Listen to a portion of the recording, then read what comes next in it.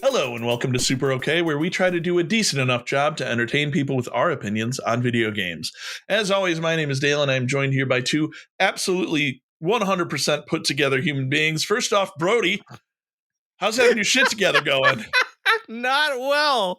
It's not good at all. I'm sorry. I've never been described as put together. And then I was just looking at the video feed in which Mel was looking at her hands like, what are these? Like she's having some sort of LSD trip or something. Yeah, I'm also kind of having okay? a weird time. I did a clap thing, and I think I clapped too hard, and now my fingers tingle. You had to introduce us as put together human beings. Yeah. Didn't you, Dale? Jeez. Yeah.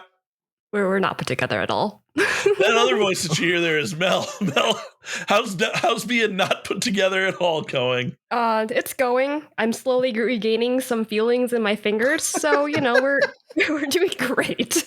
So for context, listener, before every episode, we have to clap to sync the audio. And by have to, I mean we used to have to, but we don't have to anymore. But we choose to just because, it's easier. And I guess this time, Mel, you clapped too hard? Yes. And I now have feelings in my fingers again. Well, that's great.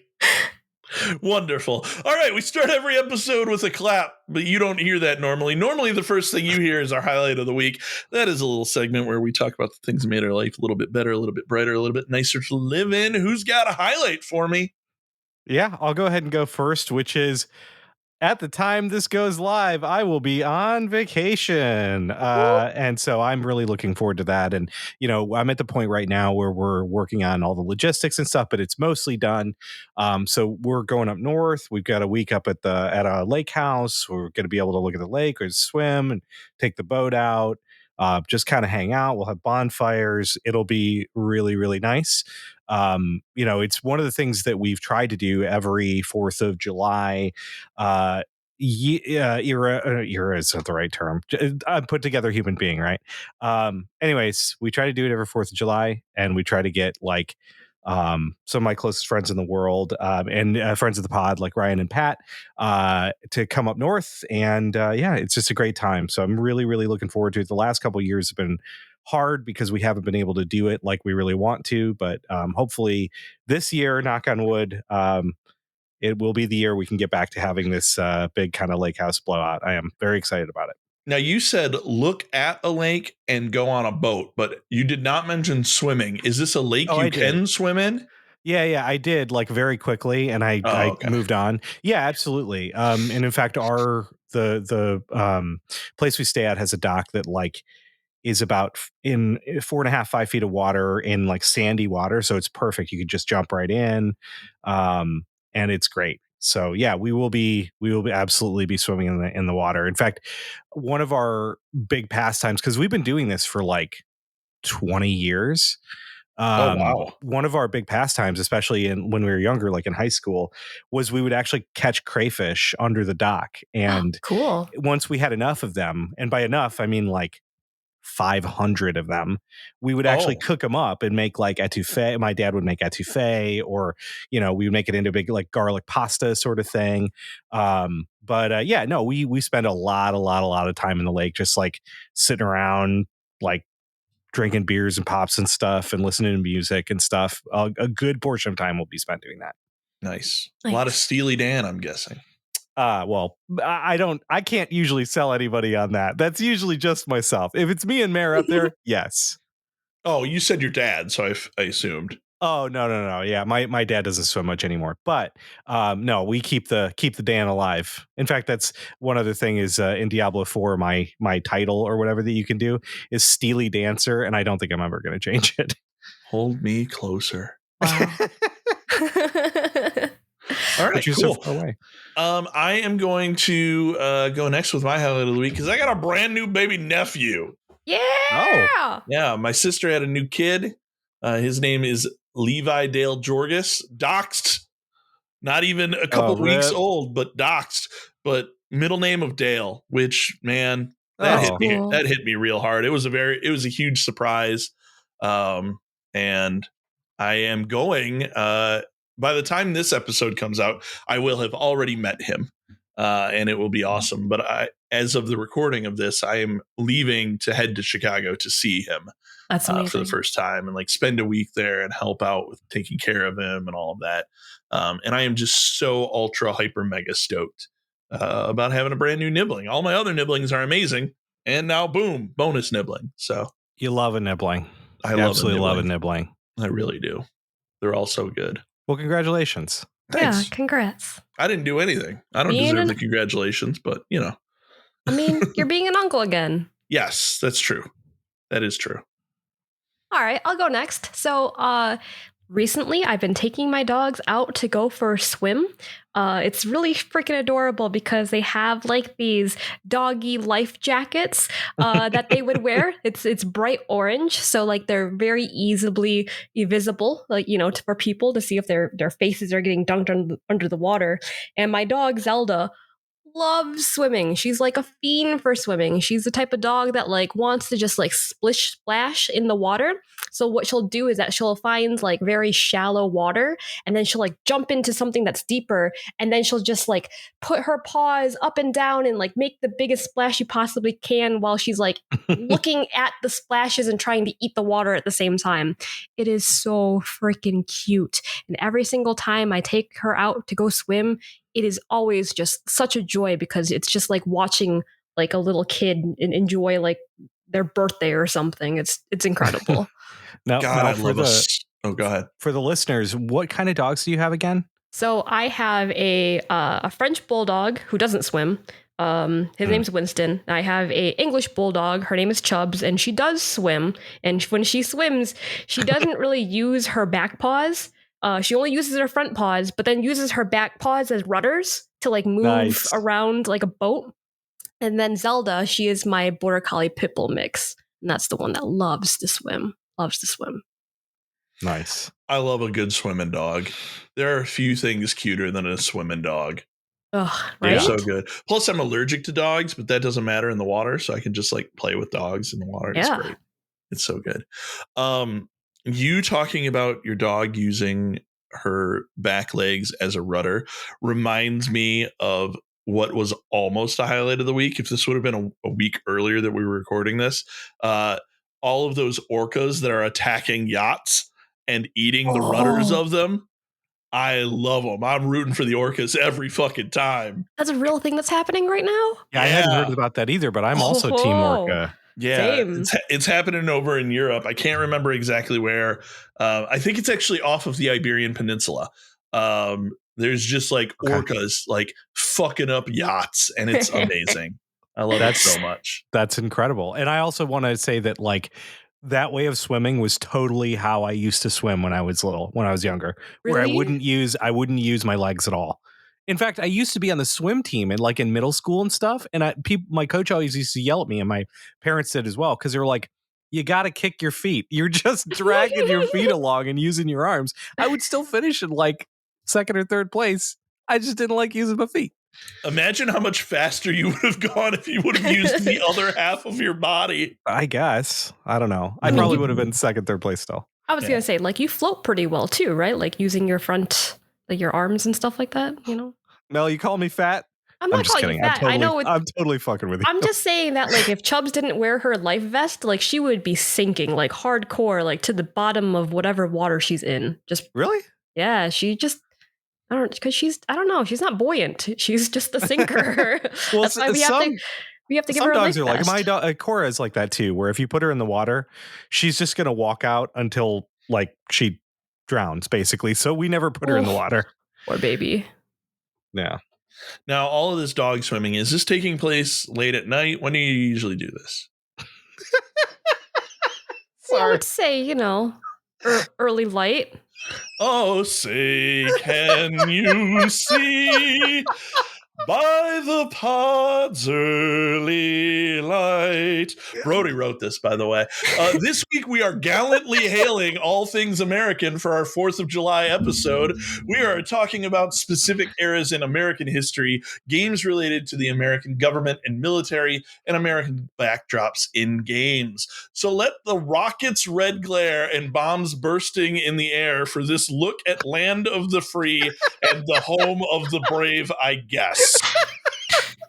Okay, straight up, That was I owe wonderful. you $10 on Saturday. Remind me, and I will buy you like a hot dog and a Coke or something. I cannot believe you wrote this, and I more than I that cannot cannot believe believe that this. I read this without any protest. Which Yeah. is why I owe you at least $10.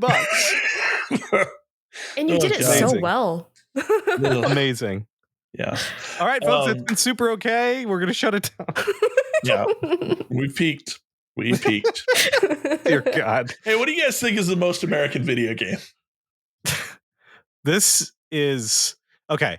So this is definitely one of the hardest questions I've ever tackled, I feel like, on the podcast, because like we can go pretty deep into what makes a video game American, right? Like Sure. for me, I just had honestly just kind of thought of like the games like the Grand Theft Auto series that really tries to inflate like the parts of American life that are cherished, but you know, the excess for no reason, and like just the absurdity of everyday American. Like I just can't think of a more American a game that's more American that does, you know, captures the essence of being American more than like fucking Grand Theft Auto 5 maybe. I don't know. GTA no. 5 is an interesting choice. I just like in True. the same way that like Trey Parker and Matt Stone, whenever they do South Park, they always key in on like a really specific aspect of like American culture for Western culture for the most part, right? And Mhm. like try and tear it apart. But the reason why those are so good is because they're so appropriate to like the exact parts of American culture. And like GTA is just really good at making fun of things that Americans hold dear. Again, like it's a game of unbelievable excess, unbelievable wealth, just unbelievable ignorance, just crazy violence for no reason. It's All pretty right. American. Yeah. You're not wrong. I'm going to actually follow along with the excess, the sending up of things that people hold dear, because I think it might be Broforce. Broforce is like ultra America, right? It's got all the action heroes in it. You're like going from place to place. You are killing everyone who's not you. You are rescuing other Americans. It's like it's all the good and all the bad of America put into one neat little pixelated package. I'm not saying it's a great game, but I'm also not saying America's the greatest country. So I think it's Broforce. But what about you, Mel? I'm going to have to go with America's Army because this game was literally created by the US government in order to increase their recruitment rates for the US Army. Like, how crazy is that the government's like, I'm going to create a war game, a first-person shooter to teach people, like, this is what we do in the Army, and then give that out for free to people. And that's in my opinion, this is totally something that would exist in the GTA games where we would make propaganda that's a video game that people are supposed to buy and be like indoctrinated to. Yeah. This sounds like a Black Mirror episode, but it is a real thing. It's a real thing. And they had like, I think like 3 iterations of this game.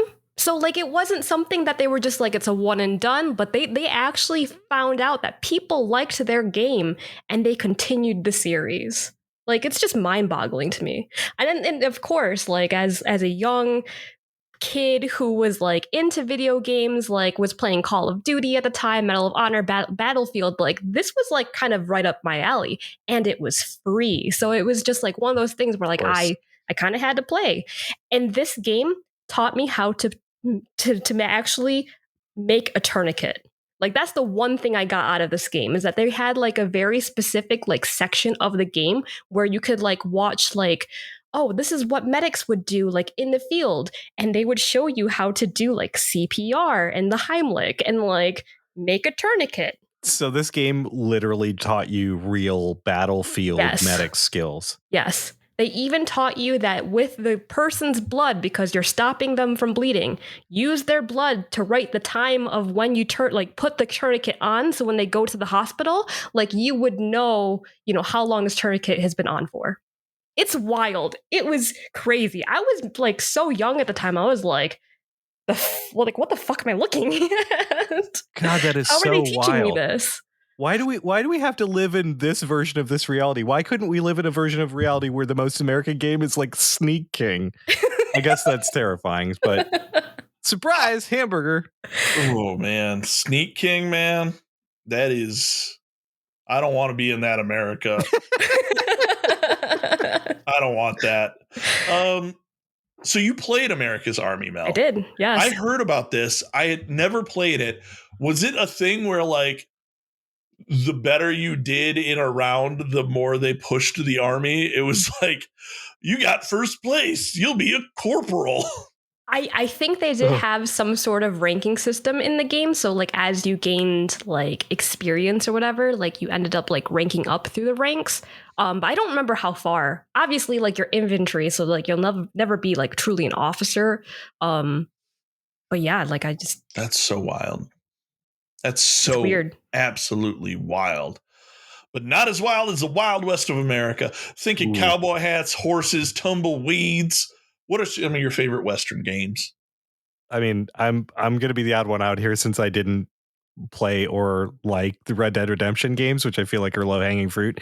So I'm not going to mention them. I'm going to take a game that's going to be bullshit, and I'm willing to admit that at first. And I was going to take SteamWorld Dig because, like, it aesthetically, it's just the Wild West. I get that it's not an actual Wild West America. If I had to go with a real answer, I think I've got to go Oregon Trail. Like I don't think I've ever sat down and said, you know what, I really want to digest like a Western, something with a Western theme. Like I've watched, some of the great Western movies, The Good, the Bad, the Ugly, stuff like that. Yeah. I can appreciate that those are, I can appreciate that those are good movies, but I don't sit down and go like, it would really kick ass right now, a Western.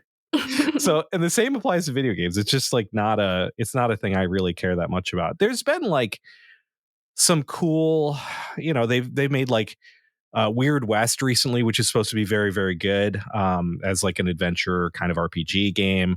Mm-hmm. It made some good properties. I've always wanted to kind of go back through and do this is not related, never mind. I just shot myself down. I was thinking of Kentucky Route Zero because the dog on the cover wears like a hat that's like a farmer's hat, and I was like, cowboy hat, not cowboy hat. Just kidding. All right, I'm turning it over to anybody else. So I'm going to go with like, Red Dead Redemption, because that is like such a great game by itself, because it's the West. There's tons of like mini games you can do, and they're like mini games that are inspired by the Wild West. Like you get to play poker, you play blackjack, you also get to do the 5-finger fillet, which is always like super cool to watch. Mm-hmm. And they also had like a dice game in there too, which was really cool. And the hunting in that game was just so cool. But I also want to give a shout out to like is it called Hand Simulator? It's like you get to there's a very specific like game in Hand Simulator where it's just like what do you call it? Like a draw? Like it's literally like you and like some other guy are like trying to pull like a gun out of your holster to like shoot the other person, and like the whole backdrop is like just Western related, and let me tell you how difficult it is to pull out a gun from your holster. And the game is Hand Simulator? I think that's what it's called. Yeah. Hand Simulator. Mel, are you okay? No, I'm not. Is it from the same person Not who at all. recommended Chair Simulator? Is Hand Simulator a real thing, or did you? Yes, it's a real. I am looking at it on Google right now. Hand Simulator on Steam. You started this episode by looking at your hands. I know. And now you're talking about Hand Simulator. I'm just wondering if the shrooms have kicked in. Maybe. I don't know. You do not need a VR helmet. You just need a keyboard and mouse. Okay. Sure. My answer for this is Oregon Trail. I think 100% it is the quintessential Western game. Brody touched on it, but man, it is dead on perfect. As far as like, I, much like Brody, have never been a huge fan of Westerns, but my dad was. And so I Mm. watched a lot of them as a kid. And the stuff that was happening in Oregon Trail was exactly the same sort of stuff that was happening on TV, but it also was exactly the same sort of stuff that was happening in textbooks, right? Like, so it is so true to form. It is so accurate. And it it really highlights how deadly and how unsafe of a journey it used to be, which I think is really cool. I have not yet played the Apple Arcade version of Oregon Trail, but I hear that it is amazing, and it just has like some updated graphics. I should probably actually seek it out because Oregon Trail just rules. I do also want to give a special shout out to West of Loathing, which is made by the creators of Kingdom of Loathing. And it's just a very funny point and click RPG adventure game kind of thing. If you like comedy and you like Westerns, you should check it out. Actually, you don't have to like Westerns. You can just like comedy. It's funny enough. So, yeah. All right. Most war games have the United States as a playable party. Which game has your favorite portrayal of America's military? So the word that made this question really tough for me is favorite, because it's really hard for me. I'm kind of in the same boat as Dale, where like I just don't think the American like military industrial complex is necessarily something to like celebrate. Welcome to and Game.Corner. seriously, like Game.Communist, whatever it is. It works either way. Yeah. But which is why my first instinct was like Kojima's like super twisted way that he portrays the military, and like especially in a game like Metal Gear Solid 4, where it's like, oh, we live in a reality now where like the military is just outsourced to these private military firms that utilize their technology to like win proxy wars in different countries and like completely fucking wild shit that like, kind of going back to Dale's comment about Black Mirror, like, I guess there's some world in which this is plausible, because Kojima's stuff like borders on actual international relations theories. Like the stuff that he's working with is like not, of course he's doing it in a really fantastical way, but it's not crazy. Yeah. So I guess the thing I had to reconcile was like that sort of thing versus, I've always just thought that the like military tech was really cool from like I grew up playing games that were like air combat, like the really early ones on the PlayStation, Return Fire on the 3DO, the early Call of Duty games like Rainbow Six, the original Rainbow Six. So I always liked kind of military tech, and so I guess I might have to go with the kind of my compromise is like the earliest, maybe even the first Ghost Recon game, because that was the kind of combination of like the whole like overblown American military superiority thing, but also like from a technological angle of trying to play up some of the most advanced things in tech, which at the time were like drones. They were like, oh, they're going to use drones, and well, yeah, of course, you know. They were talking about the weapon systems, the rifle weapon systems that could have cameras and see around corners, so you can like blind fire around corners, which were a real thing. So I think that has to be my compromise, somewhere between the two, because it was also like kind of a fantastical, but Tom Clancy loves his, military stuff. He sure do. My answer for this is another 6, but Civilization 6. First off, Teddy Roosevelt, my boy, really good president. But also, America had this power where it gained double resources from doing things like spreading culture and building monuments, which is pretty awesome.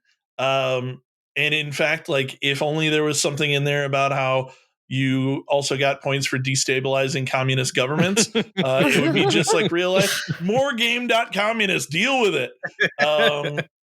But yeah, it was just like a lot of fun where it's like the more you can sprawl out, the more like monuments to yourself you put up, the better you're doing. And that is just like so close to reality that I absolutely love it. Crazy. Super crazy. Yeah, I mean, like, my answer to this in particular is more or less like just me having a favorite faction, like, as I'm playing video games with my dad. Like, it's not because like I really enjoy like America's military or anything like that, but like playing as the allies, like in Company of Heroes, was just like very fun because they ended up having like cool like infantry units and then like artillery units and like also air units, which was really cool to play as. And like I remember just like playing this game and being able to like output like tons and tons of soldiers to just swarm the enemy faction, which was really cool. And my dad was always just very interested in like just how much like how many people we could like produce and be able to take out the other team. But we did notice that like they weren't as strong as like the Axis faction, but airdropping a whole bunch of like infantry units like on top of like your enemy's base was always just like very cool to see. Nice. Cool. Yeah, I mean, how could they be as powerful? The trains weren't running on time, right? True. Ridiculous. All right. So if there's one thing that America has, it's its own head up its own ass. And one of the ways that Americans love to just honor that tradition is by positing what would happen if America had a different history. So what are some games that offer American, like alternative American historical scenarios? I'm going to go first here because I want to talk about Fallout. All of them. I love the retrofuturism that has been developed over the lifespan of Fallout. All of them have this really cool alternative take on what would happen if the bombs went off. And it's really awesome to see them like they built this alternative history, and then they've got all of these different games that are set all over America that take place in or around the same time frame as that. And so it's just really cool to see like what it would do to DC, what it would do to Boston, like all of that stuff is just really cool. So I really enjoy that. What about you guys? So I like Fallout as well. I think that's a really great call. And another thing that jumped to mind is just the BioShock series, which like of course has all kinds of different experiences in there, and especially like BioShock Infinite, where you get like the kind of even the like barbershop quartet moment, like right at the beginning of the game with the Beach Boys and stuff. Like all of that stuff is great. But the one that I really want to talk about is the newer Wolfenstein games, which are absolute fucking chaos. Those games are bonkers. When I sat down to play them, I expected they would have violence. I didn't expect they would have so much plot, specifically Wolfenstein 2, which was, I think it took me something like 40 hours to finish. There was so much actual narrative stuff in there, but it definitely did something which like Man in the High Castle, which is a series that I really enjoyed, did, which it does the like what would happen if like the capital and Nazis like actually took over America, and what does that look like? So you spend time in like this alternate version of America where like it's just wild. You'll go into these hometown diners and you'll see like all this Nazi propaganda and stuff. Sometimes maybe a little bit too close to home. If I'm being pulling at my collar, making a hot motion. But anyway, so that, and they have some like really uncomfortable scenes in there where people deal with like how that implicates like the family relationships. There's a whole thing about like BJ Blazkowicz, who I think is the main character's name, finding his father and like confronting him, and it's fucking brutal. Like everything in that game is just brutal. And then just the only thing I'm also going to mention is that absolutely has the wildest fucking plot beat in the world. It doesn't take place in America, but they have a scene, and I want to spoil it because it's just the craziest thing in the world, but I kind of don't. Please spoil it. I will never play this game. So there's a whole thing where like Blazkowicz gets captured And because he's wreaked so much havoc on the Nazi regime, they make this giant show of they're going to do this huge public execution. And at the time, they've recruited like this scientist guy who's like can make crazy tech, because there's always this like kind of similar retrofuturism to Wolfenstein. Yeah. And they hatch this plan that they're like, okay, Blazkowicz is going to be beheaded in front of the entire nation of Germany and basically the entire world, which is all Nazis then. And this guy has to catch his head with a drone and put it onto some sort of body within 7 seconds of the decapitation, or else the head dies, the brain doesn't get enough blood or oxygen, and it goes through full brain death. And so they play this whole scenario out, and it is fucking wild. So for the last quarter of the game, you actually inhabit the body of like a Nazi super soldier with Blazkowicz's brain and head and everything, because you've been beheaded in a public execution, and your head was captured by a drone as it fell off of the chopping block, flown into this lab where it could be attached to a body. It's wild. It's the wildest thing I've encountered in a game. That is crazy. Like, I'm trying to comprehend everything that you said, but I'm just like, yeah, it's wild. It's a video game. That's how. Yep, because this is a very big video games moment. Holy shit. What? yeah, that's the proper reaction. Wouldn't it just be easier to break him out? I don't know what to tell you. They want to make a scene. They made that scene. They literally made that scene. Yeah. It was incredible. I'm pretty sure also there's some scenes in Wolfenstein 2 where you're fighting through like alternate reality halls of Congress and stuff that are just like Nazi strongholds and stuff. Anyways, Wolfenstein 2 is a fucking trip. Play it. It's great. It's a great game, but it's a trip. God, I got to follow that up. Holy shit. So my answer to this is also revolving around the United States no longer being a superpower in the military, and that's Homefront, where Korea becomes reunited and then ends up taking over the Western United States. And the first part of the game is you are in this. You're in this bus, and I remember this vividly because like you're kind of like driving towards like a concentration camp that's dedicated to just like Americans, which is kind of weird. But like the bus ends up like blowing up because there's like resistant fighters that were like pulling you out, so that way you can like help fight back the Korean forces. And essentially you and this resistance team take back one location at a time, and hopefully you take back San Francisco. And this game's just like kind of crazy because like the idea of like America not being a superpower in the military is just like it doesn't like add up for me. And I think that's because maybe like we have always just assumed that like America has always been like a strong like country. Mm-hmm. But then just being able to like visualize it and like seeing like, oh God, like this could actually happen is just gives me the heebie-jeebies.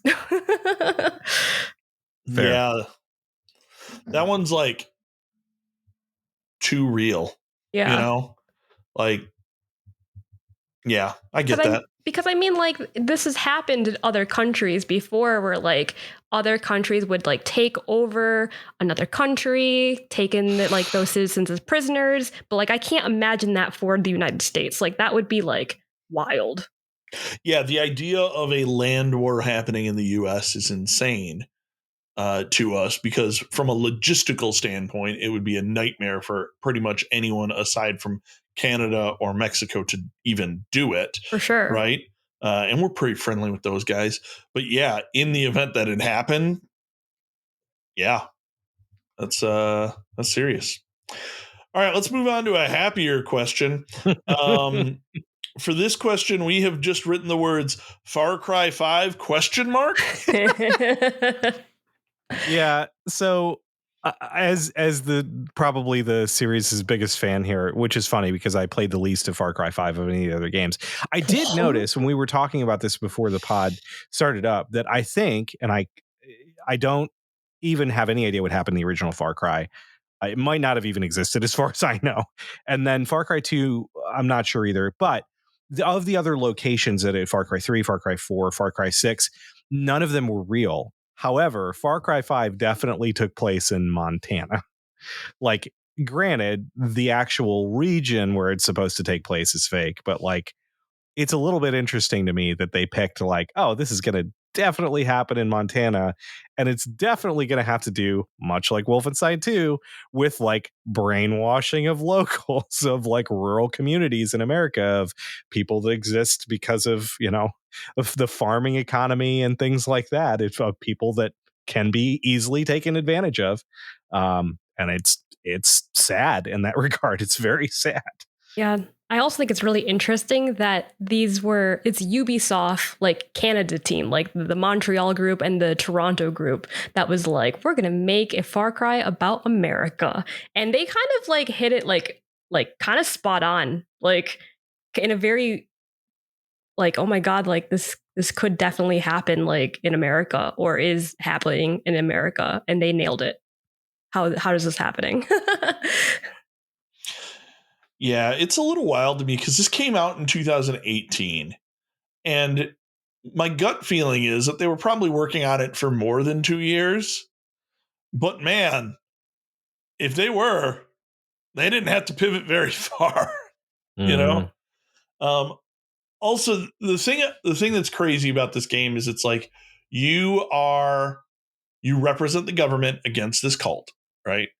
So you are a government agent who is trying to take down this cult. And the game portrays both sides as just like pretty shitty. Yeah. Right.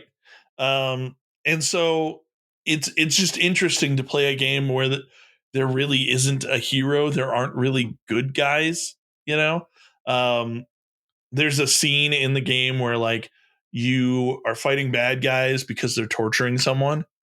And then you go back to the bunker of the quote good guys, and it turns out that they are torturing someone to get information.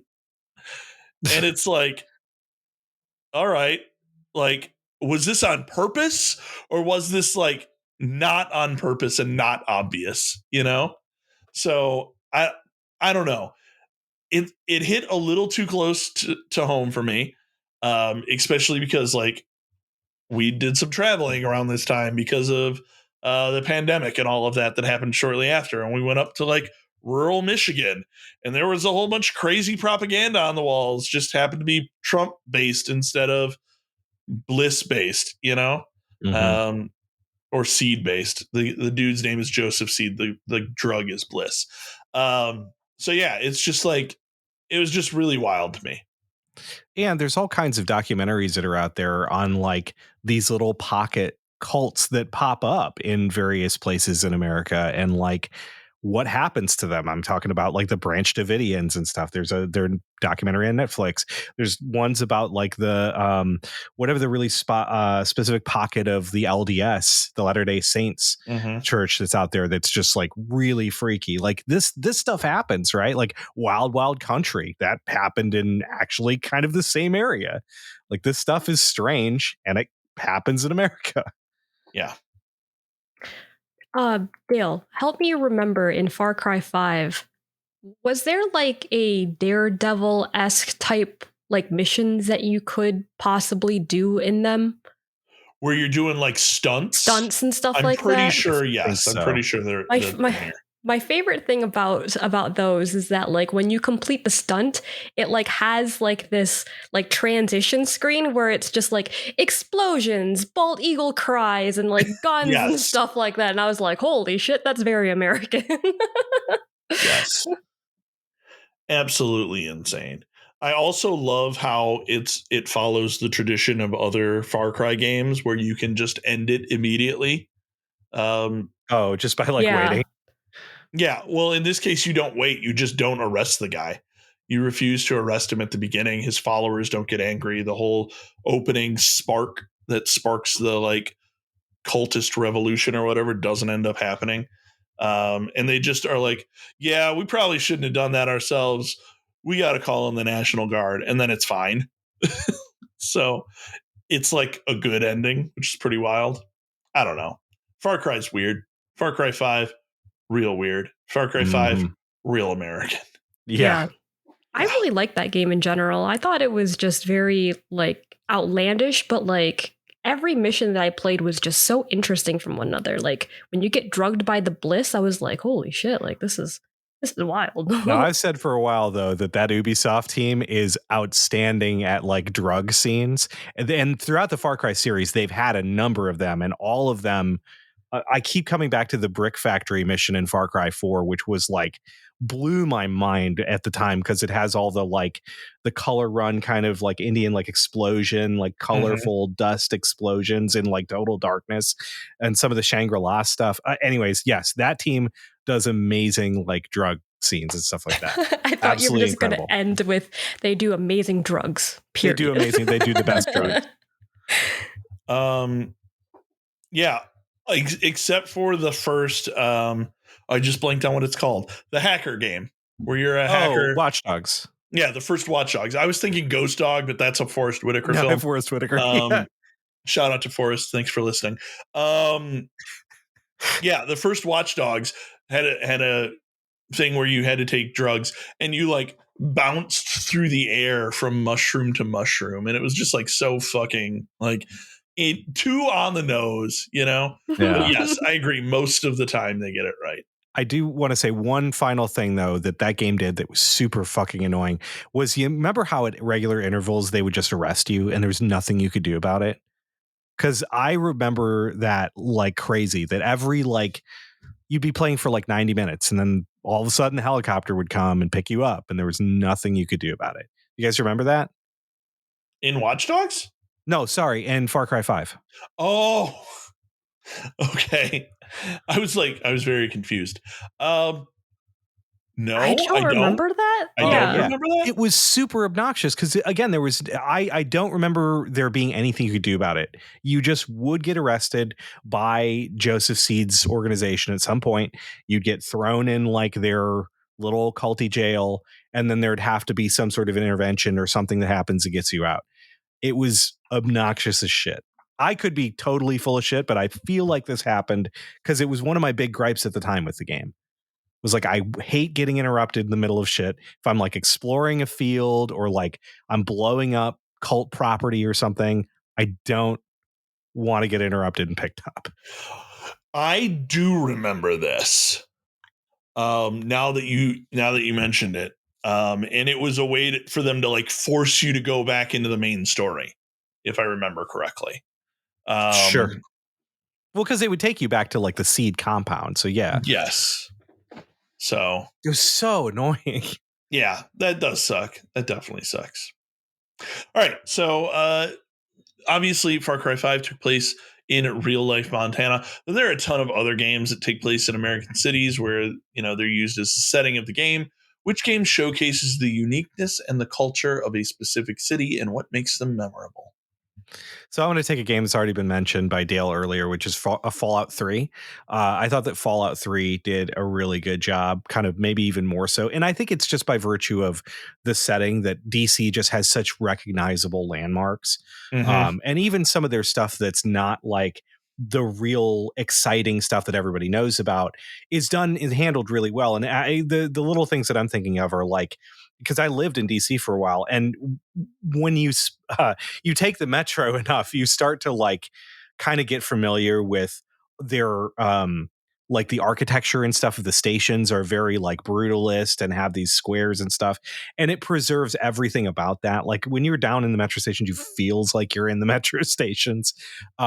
So I thought Fallout 3 specifically like really did a pretty decent job of paying homage to like DC and portraying it, you know, more so than like Boston. And I didn't even play enough of New Vegas to be able to kind of weigh in on that.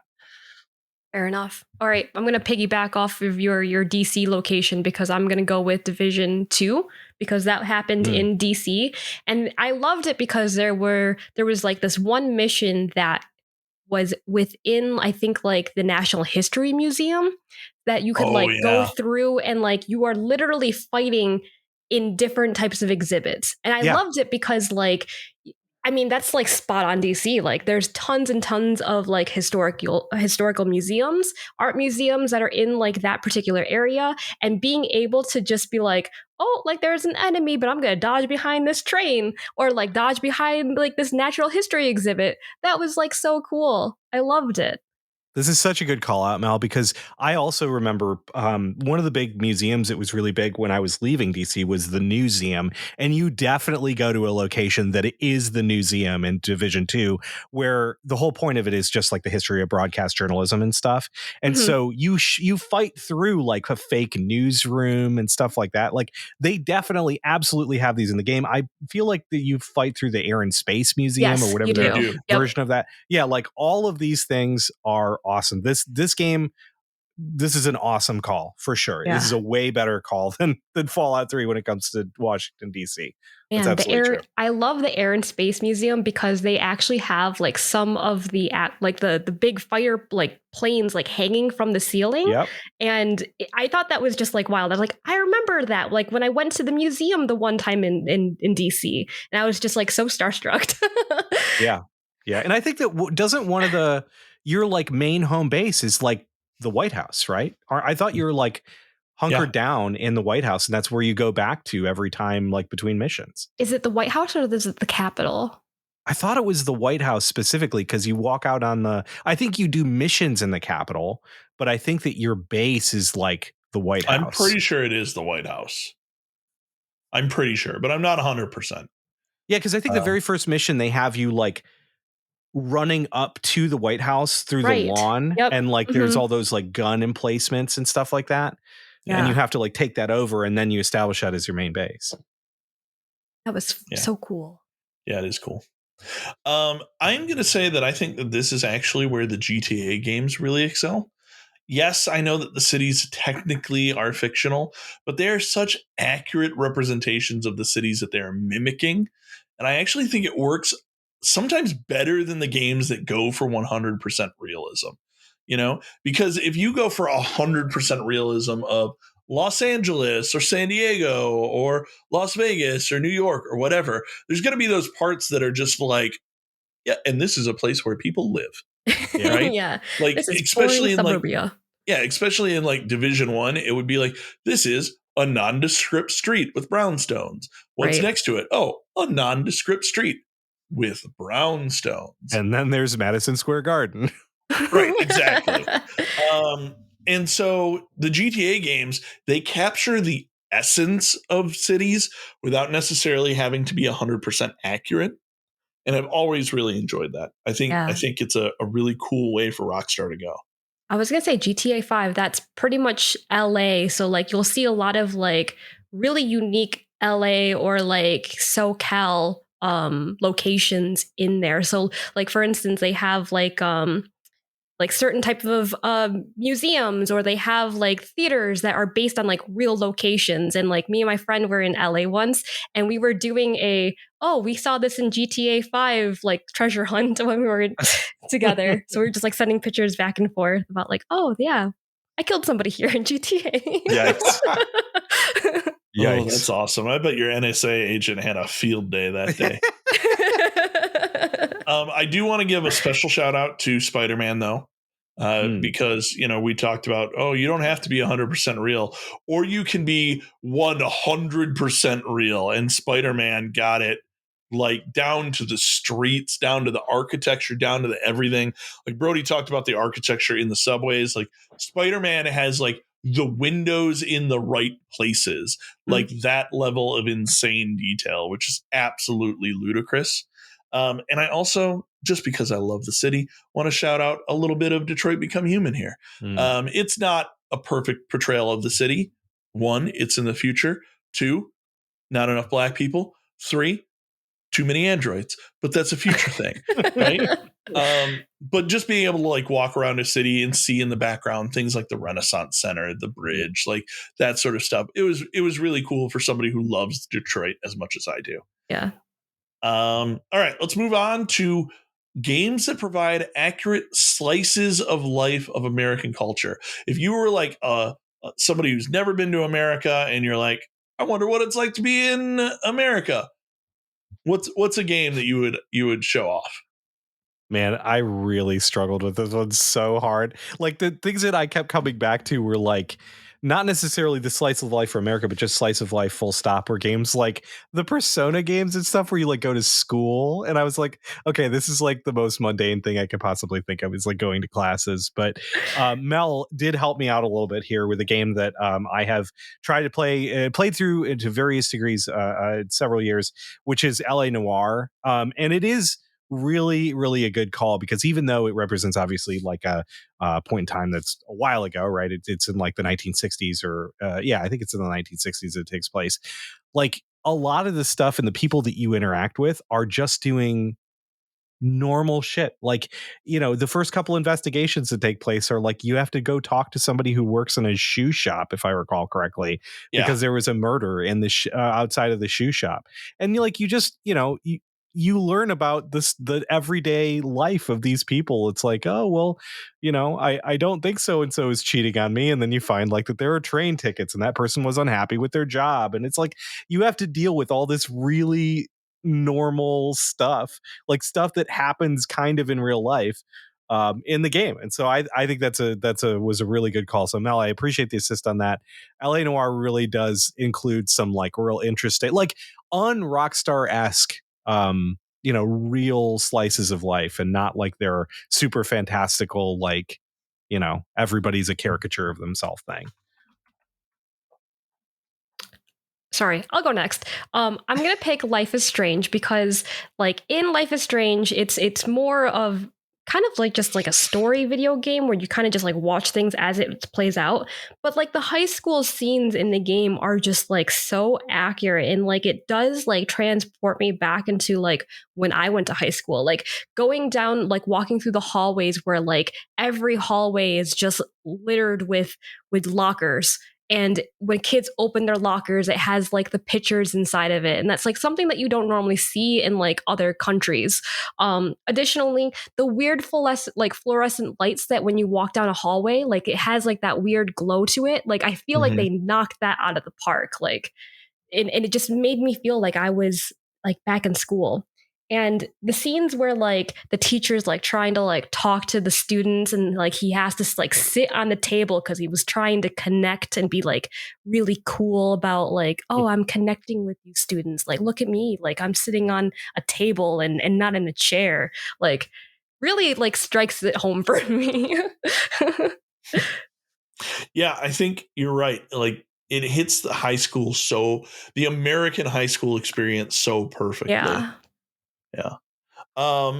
For me, you talked about this is basically like a novel. I'm going to just talk about a walking simulator, which is Gone Home. Yes. Yeah. So Gone good. Home is like the perfect. I came home to visit my parents, but they were out, and now I'm just like wandering around my childhood home simulator, and you find all of this stuff and all of these notes and all of these letters and cassette tapes and like a TV that just has static on, because somebody left it on, and like all of that sort of stuff is just like such a perfect slice of life piece. And then the other one that I want to shout out is a little game called Unpacking, in which all you do is unpack boxes and put the stuff into your new place.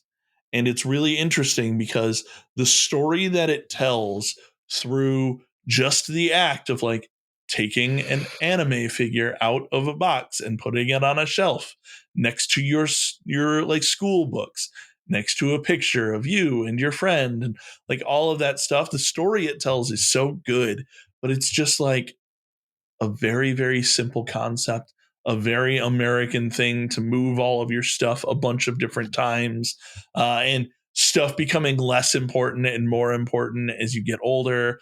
And why did I even bother to bring this stuffed animal with me? And like that sort of stuff is just very cool.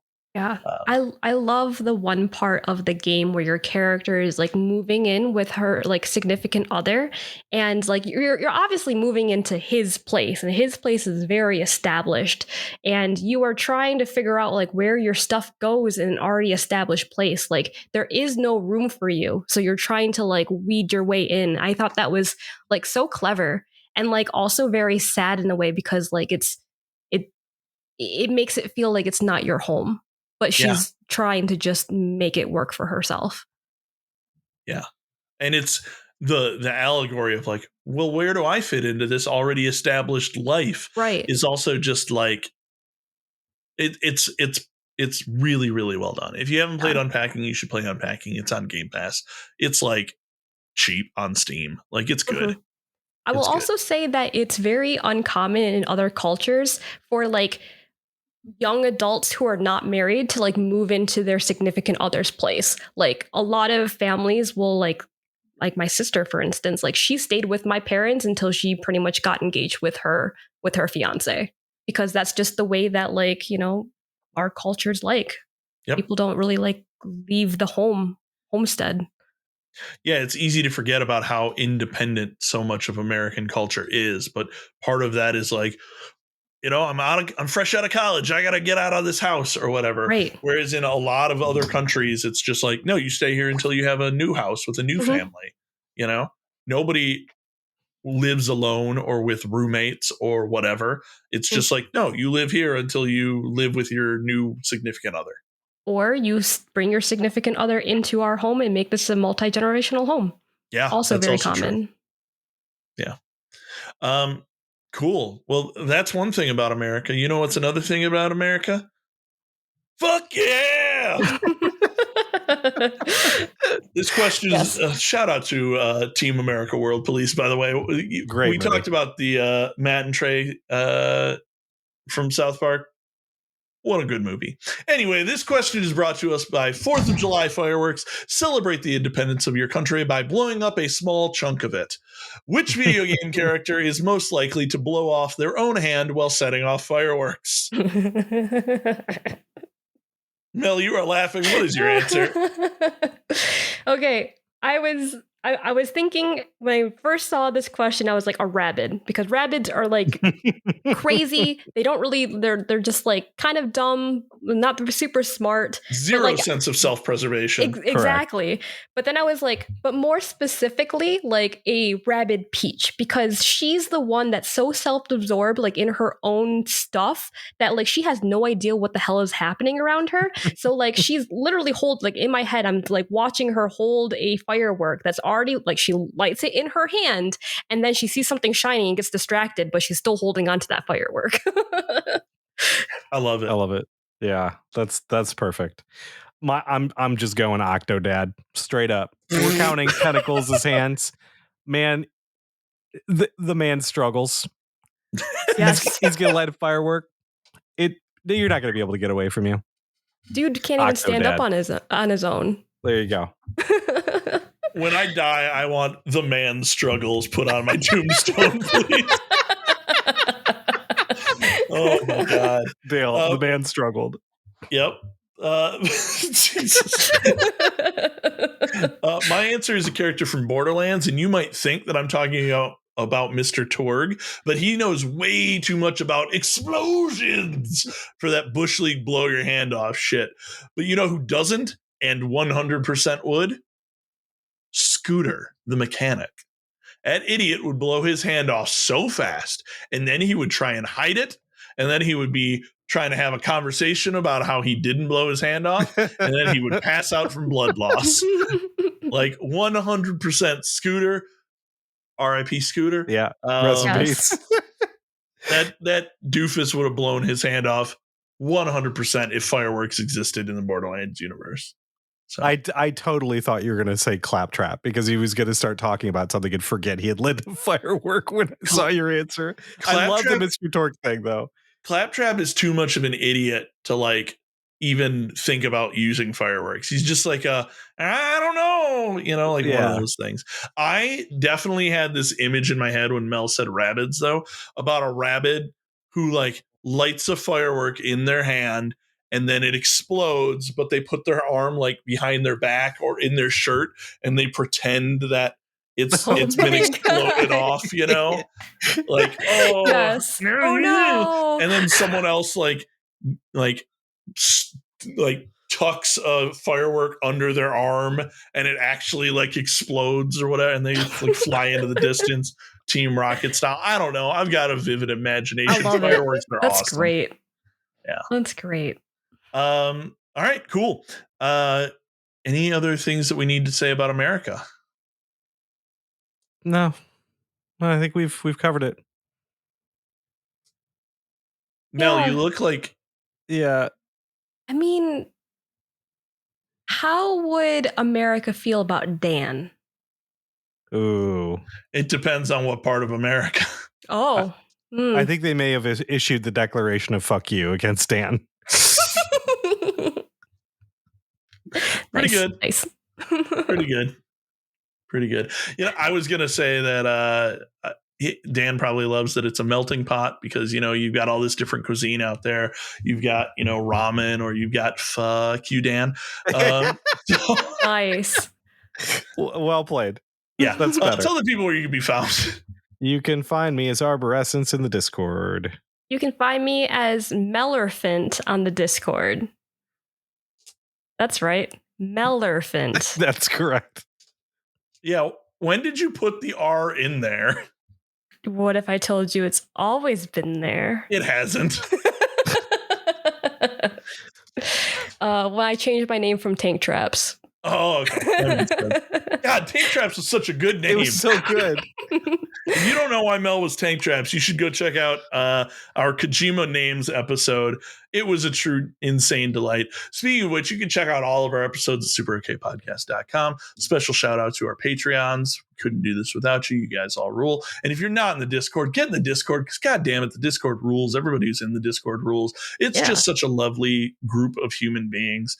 So thanks everybody for that. And also, if you're listening, thanks for listening. We hope you have a super okay day.